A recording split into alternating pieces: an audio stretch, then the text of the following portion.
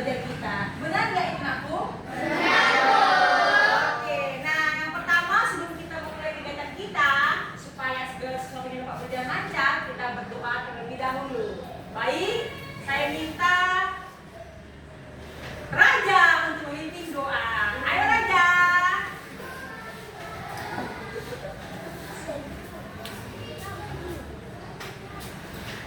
Demi tanda dan mari kita berdoa. Guru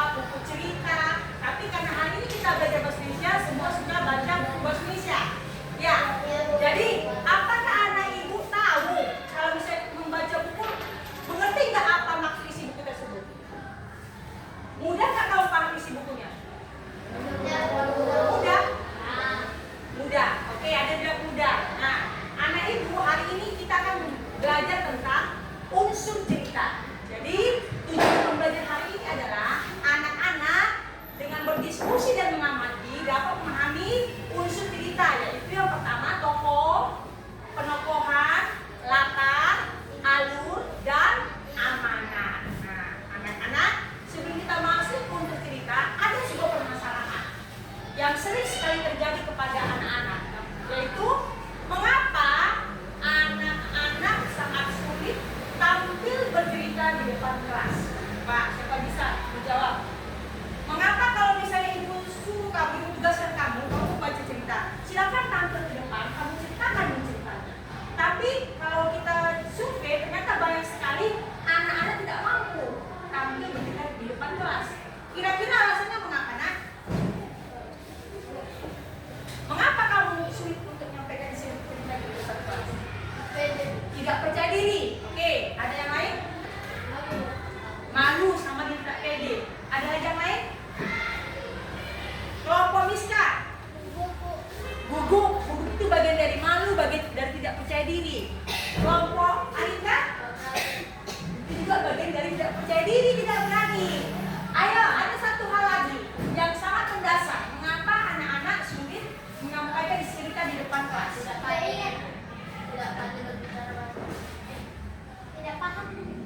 Tidak mampu bercerita di depan. Oke, apa nak? Iya, tidak paham, benar sekali. Karena tidak paham itu, makanya dia tidak mampu menyampaikan isi cerita tersebut. Mengapa dia tidak paham? Karena dia tidak mengetahui unsur-unsur yang membangun cerita tersebut. Coba dia membaca dengan saksama, memahami unsur cerita, maka dia akan memahami cerita tersebut. Jadi anak ibu, hari ini kita akan belajar tentang unsur-unsur cerita. Ya, perhatikan ke depan. Sebuah cerita dibangun dari dua unsur, yaitu, bentar ya.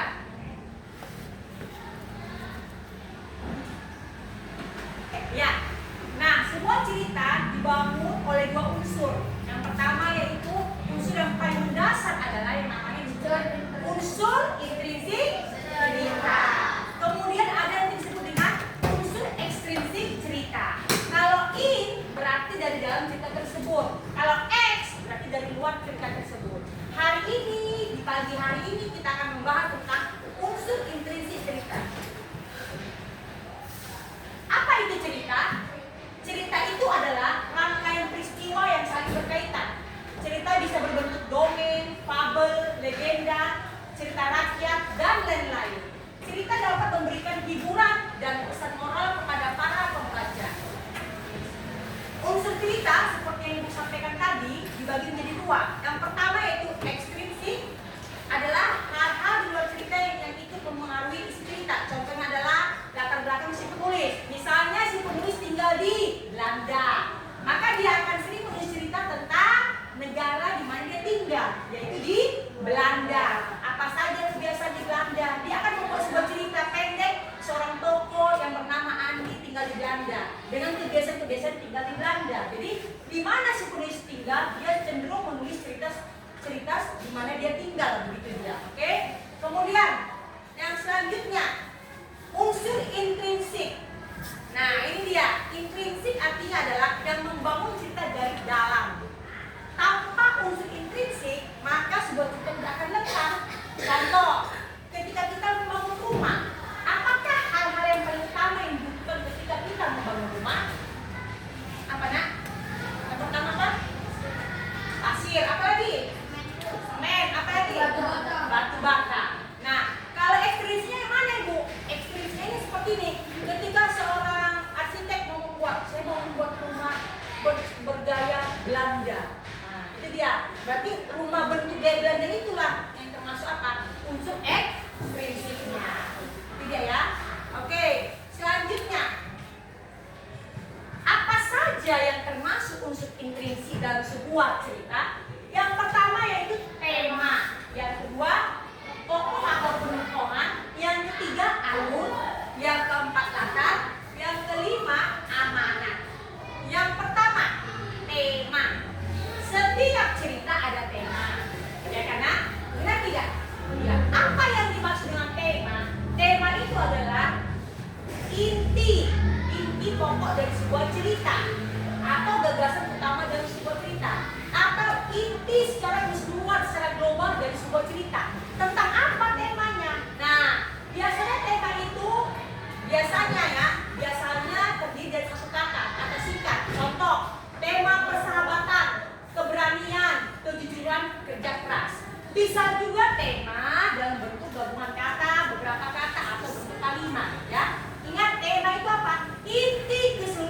sebuah cerita. Tentang apa cerita tersebut? Itu disebut dengan tema. Oke. Selanjutnya kita masuk ke tokoh atau penokohan. Tokoh itu apa maksudnya? Tokoh itu adalah pelaku dalam cerita, ya, orang yang dibicarakan dalam cerita tersebut. Penokohan apa, Bu? Penokohan itu adalah karakter atau watak dari tokoh yang diceritakan. Jenis tokoh ada dua. Yang pertama, tokoh utama.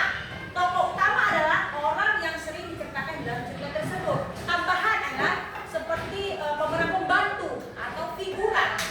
Lalu ada disebutkan watak, karakter. Coba contoh karakter yang lain apa? Selain baik itu banyak ya. Baik itu anak penurut baik, anak taat baik. Coba apa? Pandai, rajin ya. Oke, kamu karakter, watak. Contoh watak seseorang apa? Pandai kan sifat, watak rajin. Kamu apa? Wataknya bagaimana? Keras kepala. Apa lagi? Hah? Jujur, sombong,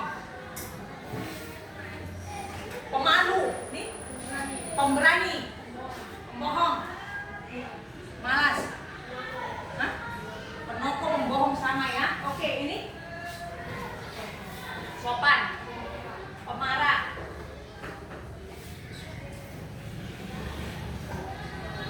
lamban. Hah? Semua pemberani ya, pemberani. Oke, kamu contoh karakter sifat nakal. Tong, kamu apa?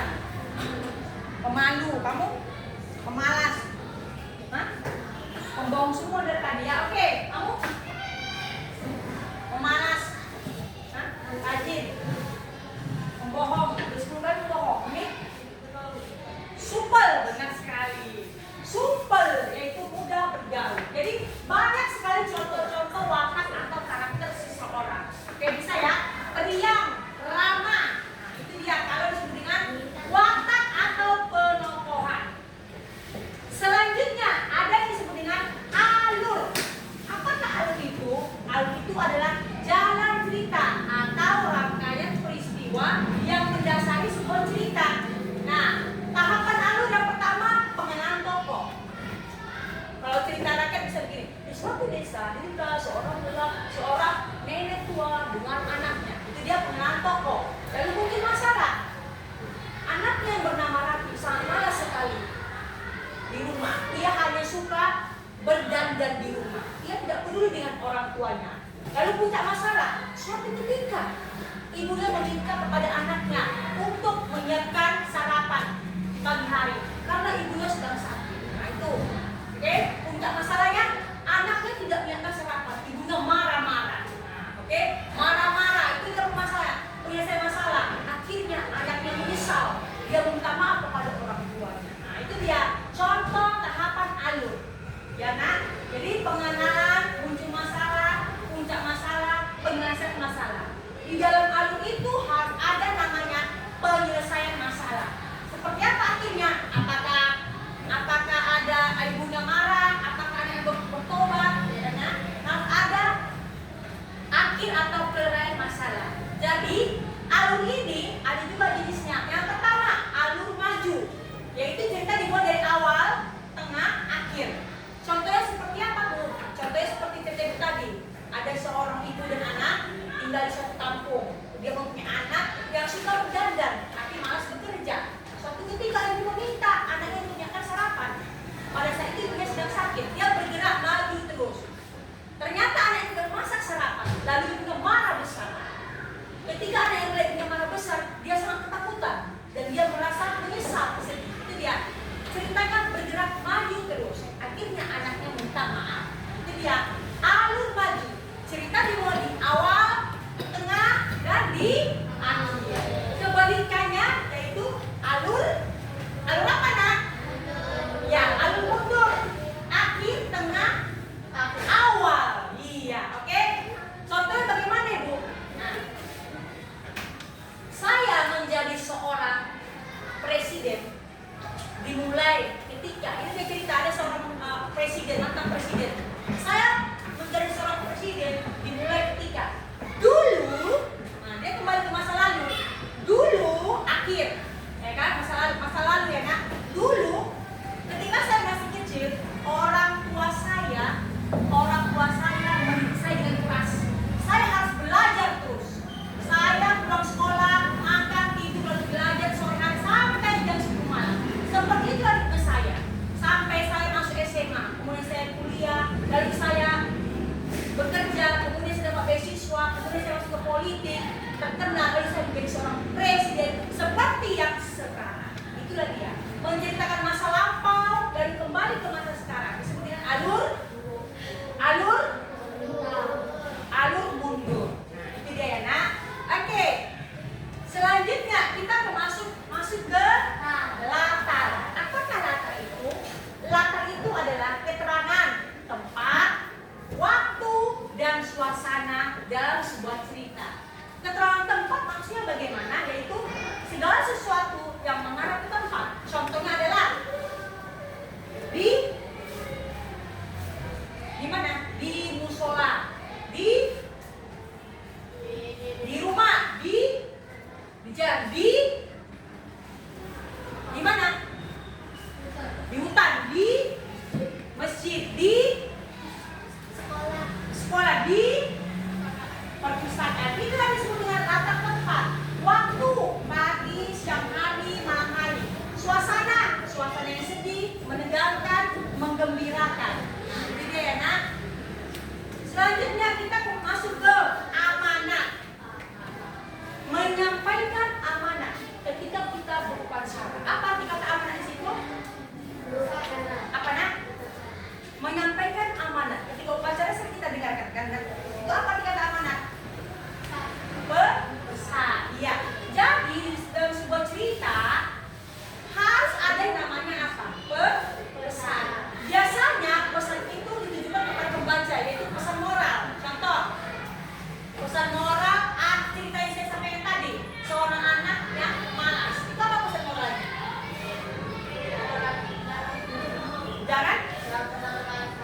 Jangan pernah bermalas. Apa lagi selain itu?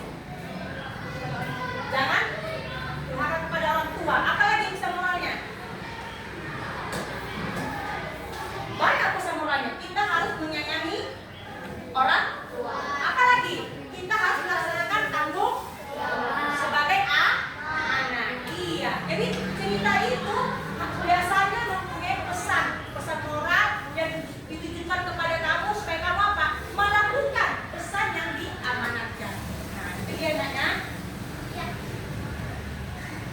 Kesimpulannya, unsur intuisi itu sangat penting sekali membangun sebuah cerita. Jadi, anak-anak supaya lebih paham, nanti ibu akan membagikan sebuah cerita dan kamu akan berdiskusi. Baik, terima kasih buat konsentrasi anak-anak yang selalu melihat ibu menyimak apa yang ibu sampaikan.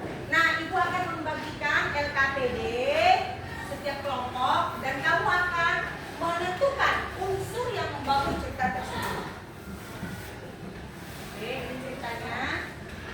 Ceritanya berjudul Kubah dan Gada.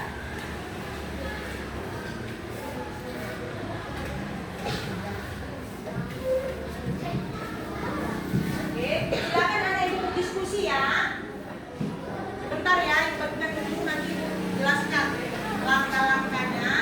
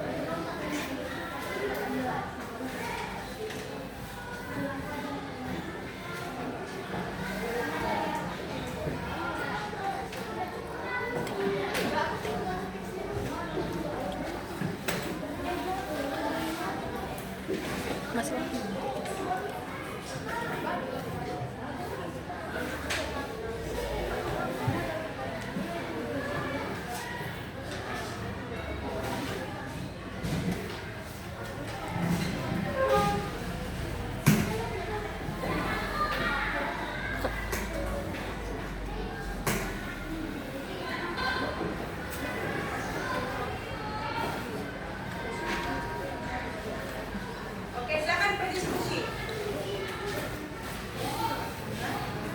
Ya, nama kelompoknya dan kelompok apa?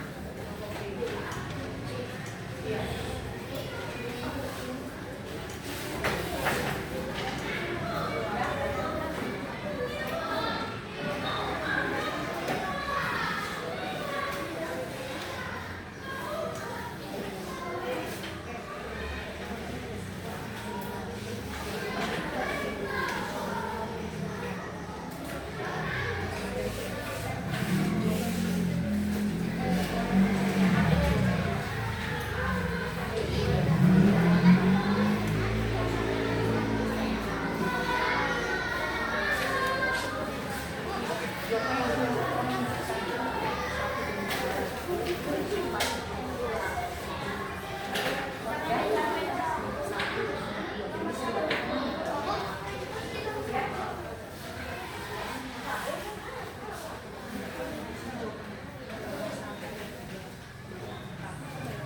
Nomor 4 itu alurnya itu lumayan panjang jawabannya kan ya. Nomor 4. Oke. Ini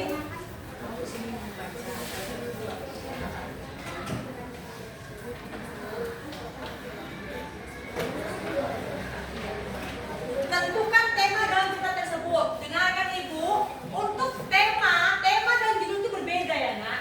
Tema dan judul berbeda. Apa bedanya? Kalau judul itu apa? Jadi maksudnya judul kepala karangan, oke? Itu biasa kepala karangan. Kalau tema apa? Inti keseluruhan. Saya bedakan tema dengan judul. Oke, 1, 2, nomor 1, 2, kemudian nomor 3, nomor 4, 5. Oke, silakan.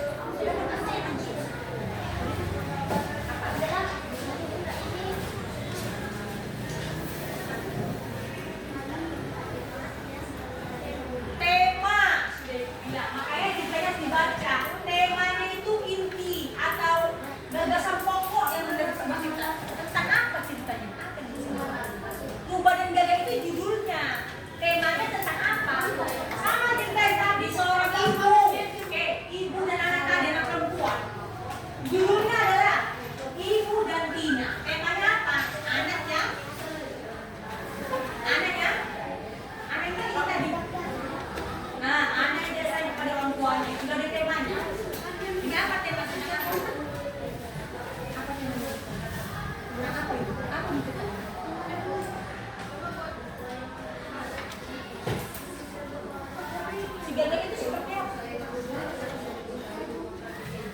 Yang lain ini mau ceritakan di sini tentang berubah itu kalian sakit.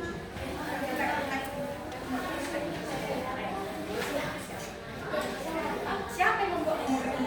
Ini nomor 3 bukan? Nomor 1 itu siapa? Alurnya. Pertama kita di awal.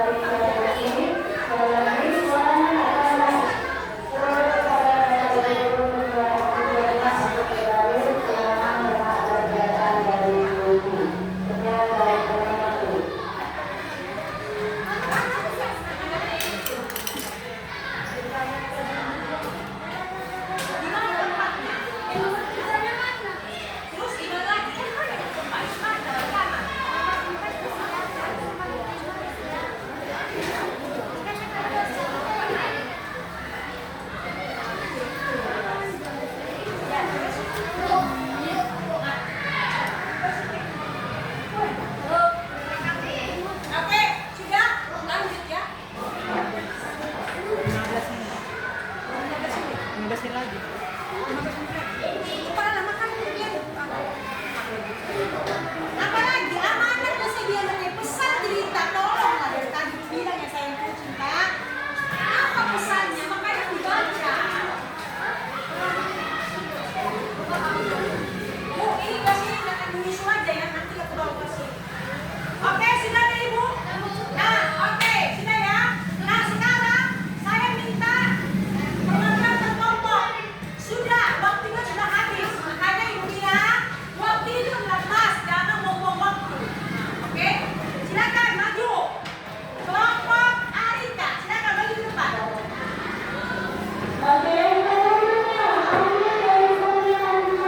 Ayo silakan, maju semua kelompok Arika.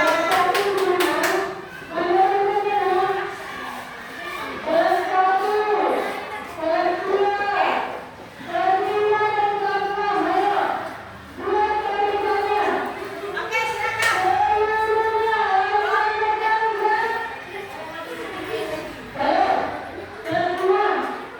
Sebentar dulu nanti ya, Nak. Ini kan harus kita selesaikan ini. Sebentar lagi, oke? Silakan. Satu kakak yang ceroboh dan kecerobohan. Apa ya temanya? Tema ceritanya begitu ya, Nak? Ayo. Tema ceritanya adalah seekor gagak yang ceroboh dan atau kecerobohan. Gagak dan berubah penyembunyi. Apa namanya? Seekor gagak yang ceroboh atau kecerobohan gagak. Seekor gagak yang ceroboh. Oke, ada yang mau menanggapi temanya? Seekor gagak yang ceroboh. Ada? Kelompok apa?